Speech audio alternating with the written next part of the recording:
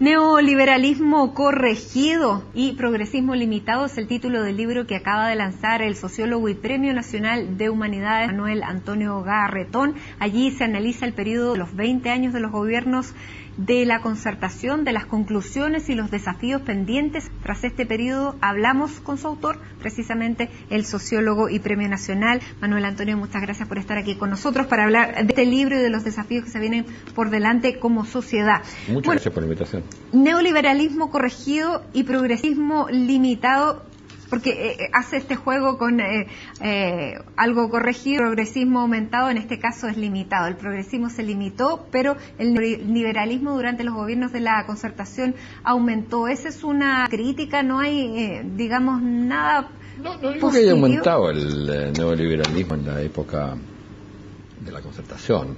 Se corrigió, pero no se superó.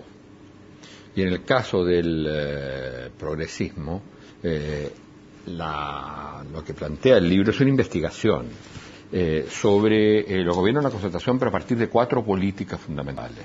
Una es, en el caso de Elwin, la reforma tributaria; en el caso de Frey, es la modernización del Estado; en el caso de Lagos, es la reforma del Plan Auge; y en el caso de Bachelet, la reforma previsional. Y entonces lo que se hace es un cierto análisis, se hace la narración de esas políticas para ubicarlas dentro del conjunto de prioridades de cada gobierno y mostrar que en todos los casos se siguió un cierto modelo, que es intentar resolver un problema que era una herencia de la dictadura. Esa resolución del problema es sobre la base de negociaciones con los sectores que instauraron ese modelo en cada uno de esos campos, y que entonces llega a una reforma parcial que va en un sentido progresista, pero que no es la superación del neoliberalismo. Y la conclusión final es que en el fondo hay 2 grandes anclas de la sociedad chilena actual a su pasado, a la sociedad de la dictadura. Una es el modelo económico-social, que se expresa fundamentalmente en alta concentración, predominio del mercado, grandes desigualdades, y en el caso educacional, fundamentalmente en el hecho que el 75% de los estudiantes chilenos estudiaba en la educación pública en los años 70, hoy día es el 30%. O sea, se invirtió todo eso. Y ese modelo está asegurado de mantenerse y reproducirse por la vía del modelo político institucional, básicamente la Constitución del 80, que consagra un empate entre la mayoría y la minoría para preservar el modelo económico social. Y que esa es la tarea, del actual, que quedó en evidencia con las movilizaciones del 2011, que además deslegitimaron la relación entre lo político y lo social que había existido siempre en Chile. Bueno, las movilizaciones del 2011 pusieron en cuestionamiento el modelo. Para algunos se habló de este es el fin del modelo, para otros es el derrumbe del modelo, como decía Alberto Mayol, y para otros decían que esto no necesitaba otro ajuste para que las personas efectivamente pudieran acceder a los beneficios del modelo. ¿Cuál es la respuesta que se está dando desde la sociedad o desde las candidaturas? Porque todos se están recogiendo, digamos, lo que tienen las movilizaciones, lo han traído las movilizaciones, todos los programas de los candidatos presidenciales recogen las demandas estudiantiles, recogen lo que unos dicen una reforma a la Constitución, otros dicen una nueva Constitución. ¿Se hizo la lectura correcta desde las posturas presidenciales, la lectura política correcta de lo que ocurrió a partir de 2011? Yo creo que prácticamente todas, con la excepción claramente de la candidatura de Matei. La de Parisi es ambigua, porque sí habla de que hay que transformar un modelo en un sentido distinto, en un sentido que uno podría decir que es más neoliberalismo, pero con una crítica desde el punto de vista de la igualdad. En cambio, todas las habla otras... de una reforma constitucional, parece, claro, una nueva constitución. Exactamente, pero en ese sentido también uno podría decir que prácticamente todas, salvo la candidatura de Matei, van en la línea que esto no da para más, que comienza un nuevo ciclo. Cada uno identifica ese nuevo ciclo con su liderazgo, me parece normal.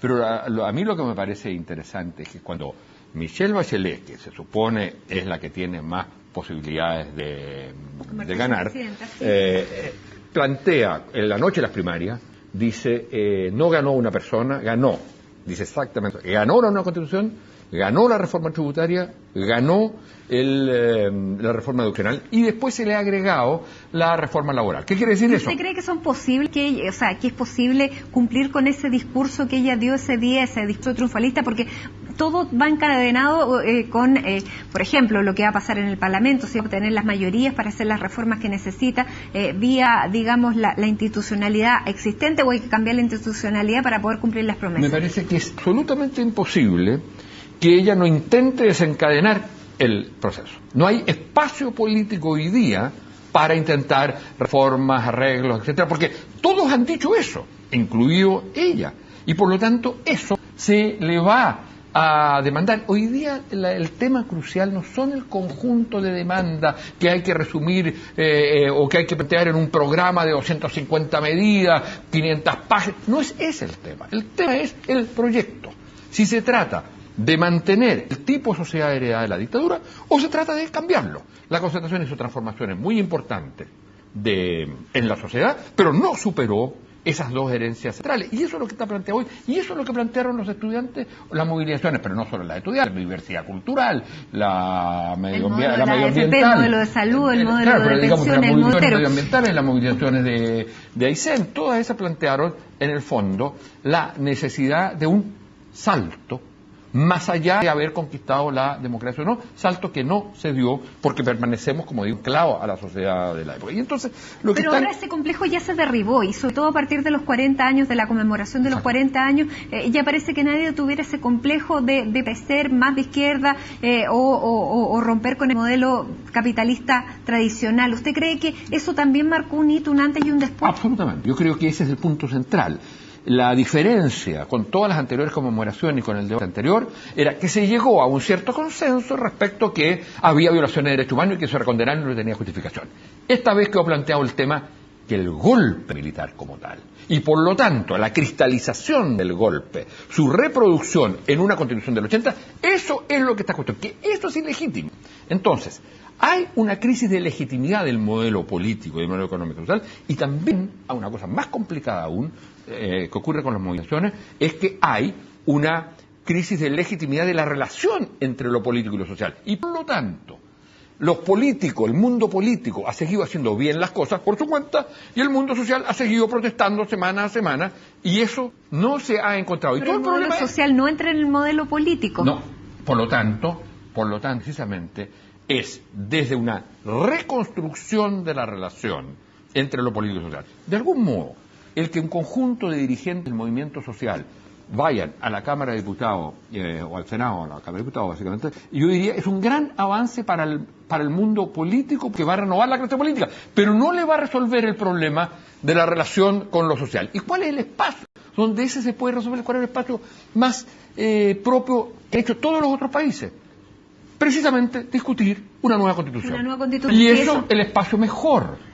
No solo para lograr una buena constitución, que eso lo podría hacer una convención, pero para que esa constitución sea legítima y sea aceptada, no como la de hoy, es un proceso constituyente y una asamblea constituyente. Ahora, la asamblea constituyente, veíamos los programas de todos los candidatos y por supuesto también veíamos el de Michelle Bachelet, que es probablemente quien se convierta en la próxima presidenta en primera o en segunda vuelta, pero ella plantea esta reforma o esta nueva constitución a partir de la institucionalidad existente, y solo si no se da, podía llegar a hablar de una asamblea constituyente, pero se da una vuelta bien larga. ¿Usted cree que sí o sí finalmente se va a tener que llegar a eso porque desde la institucionalidad que quede, no va a ser posible llegar a una nueva constitución? A ver, yo creo que la institucionalidad tiene que ser cambiada para iniciar un proceso.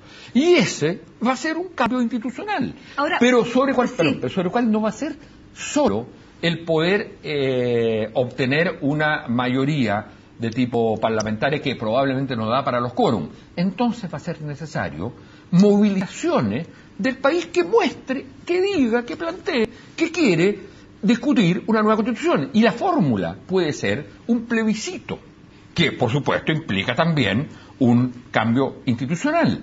O sea, se trata que lo extrainstitucional se transforme en institucional. Y el mejor ejemplo para eso es, piense usted hace 5 años. no existía la discusión del matrimonio igualitario. No existía el tema de la gratuidad de la educación. Y eso se transformó en el tema. Se puede estar a favor o se puede estar en contra. Pero es el tema que se discute. ¿Por qué? Porque hubo una movilización detrás. Si los estudiantes y la gente movilizada, una vez resueltas las elecciones presidenciales, se movilizan ahora, pidiéndole al liderazgo elegido, en este caso probablemente haga lo que usted planteó, se moviliza. Por eso es evidente que eso va a significar, además, con el debacle que se va a producir en la derecha, va a obligar a un recuestionamiento de las mismas posturas de derecha, si quieren mantener alguna legitimidad en el futuro. Pero ¿usted cree que la derecha asumió esta nueva sociedad que está planteando la acción gratuita, que está planteando las nuevas uniones entre, por ejemplo, parejas homosexuales, la nueva constitución? ¿Ya hay un paso adelante en ese sentido que permita Yo creo que ir adelante. Yo creo que, por supuesto, tienen posiciones distintas. Puede tener posiciones distintas. El punto es que usted tiene que establecer el debate y las decisiones en torno a los que están de acuerdo y los que no están de acuerdo. Y eso no puede ser a través de la institucionalidad actual, que está trucada, que es trucha, porque resulta que ya se sabe, porque por el sistema electoral binominal. Entonces todo eso se encadena, es un conjunto de procesos que yo diría son muy radicales en su contenido, pero obviamente graduales, no se hace todo la noche a la mañana. Pero lo básico es que la noche del 17 de noviembre, Michelle Bachelet dice, desencadenamos este proceso. Y entonces tiene a la gente que incluso no cree en la política, ni cree en ella, ni cree en ninguno de los partidos, ni tampoco en los partidos de izquierda. La gente que no ha votado hasta ahora, que tiene una rabia muy grande, pero que se expresa en las federaciones de estudiantes, en el movimiento social, si ella es capaz de concitar eso. Y ¿usted prevé entonces un aumento en las movilizaciones, que las movilizaciones no terminan, sino que pudieran incluso incrementarse? Yo creo que sí, que van a ser movilizaciones para los cambios institucionales. Porque, por ejemplo, ¿qué fue lo que pasó en España con los indignados? Los indignados llegaron hasta un cierto punto y después esos indignados o esa indignación quedó en nada. ¿Podría pasar lo mismo con los movimientos sociales? Es que es el punto que se ha hecho una mala sociología. Una mala comparación. De meter todo junto. La primavera árabe, por ejemplo. La primavera árabe equivale a protestas del 83 en Chile. O sea, a las movilizaciones por el no, que eran sociales y políticas a la vez. Los indignados no tienen un proyecto, no plantean hacia dónde quieren ir y dicen esto no, y tienen toda la razón por el tipo de vida que tienen y por todas las consecuencias de la crisis que han tenido. Pero no hay en cambio cuando los estudiantes se movilizan, cuando la gente se moviliza contra Hidroaicén, cuando se movilizan las regiones, no están pidiendo solo una demanda mejóreme aquí o acá, están pidiendo nueva relación entre el Estado central y las regiones. Cuando se movilizan los mapuches... Manuel Antonio? ¿Se ha demonizado, se ha satanizado esta Asamblea Constituyente? Porque básicamente la gente que habla de esto en contra son unos ignorantes absolutos. No saben lo que es una Asamblea Constituyente. Están inventando y le llaman eso populismo. El otro día oía yo a un ex candidato presidencial, le oía decir que porque Piñera había dicho que en 20 días iba a hacer más que lo que habían hecho los gobiernos, era populismo. Eso no es populismo, eso es demagogia. Y el populismo no tiene nada que ver con la demagogia. Puede haber populismos demagógicos, como puede haber neoliberalismos demagógicos también. ¿Y cómo puede ser esta Asamblea Constituyente? La Asamblea Constituyente, yo creo que lo básico es, primero, legitimarla sobre la base de un plebiscito que diga, ¿usted quiere o no quiere una Asamblea Constituyente, una nueva Constitución por la vía de una Asamblea Constituyente? Creo después que es muy importante también la iniciativa Marca tu Voto, para esta vez, siendo perfectamente válido, marcando una preferencia, usted marca el voto con AC, Asamblea Constituyente, Nueva Constitución, como usted quiera, preferiblemente Asamblea Constituyente, usted marca eso y tiene un número significativo importante. Todo eso es como un mandato a la presidenta. ¿Y una Asamblea Constituyente? Bueno, yo creo que es materia de ley y tiene que tener, a mi juicio hoy día, una representación política, vía partidos, una representación social, vía...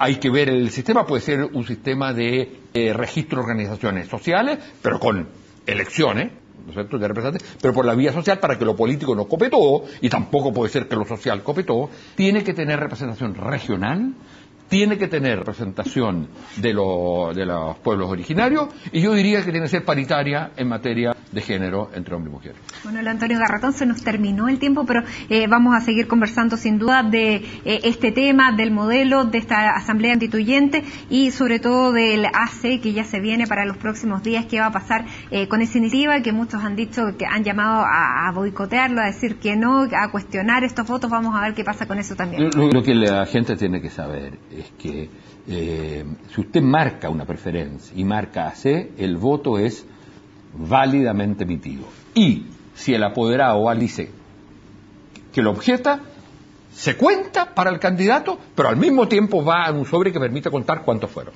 Muy bien, muchísimas gracias, Manuel Antonio. Nosotros hacemos una muy breve pausa aquí en Primera Edición, ya regresamos con otras noticias del día.